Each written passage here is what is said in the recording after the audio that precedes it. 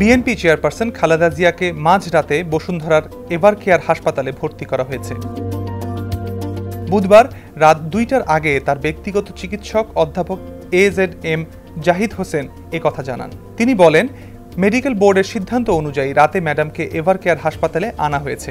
Board উনার বেশ কিছু পরীক্ষা নিরীক্ষা দিয়েছে, সেগুলোর রিপোর্ট পর্যালোচনা করে পরবর্তী ব্যবস্থা নেবে মেডিকেল বোর্ড।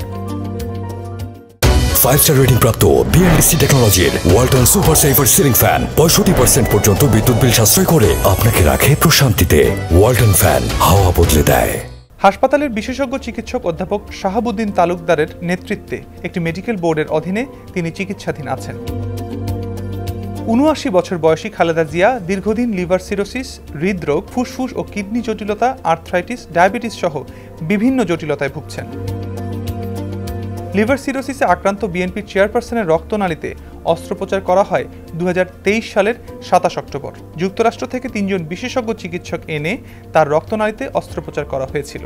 তখন তার স্বাস্থ্য কিছুটা স্থিতিশীল হলে ৫ মাসের বেশি সময় হাসপাতালে থাকার পর বাসায় নেওয়া হয়।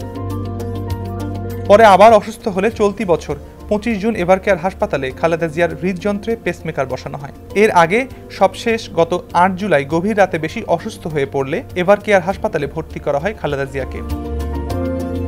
এরপর আওয়ামী লীগ সরকারের পতন হলে সাজামুক্ত বিএনপি চেয়ারপারসন ১ মাস ১২ দিন পর ২১ আগস্ট বাসায় ফেরেন। তখন থেকে তার চিকিৎসা বাসায় চলছিল। উন্নত চিকিৎসার জন্য বিদেশে নিতেও চেষ্টা চলছে।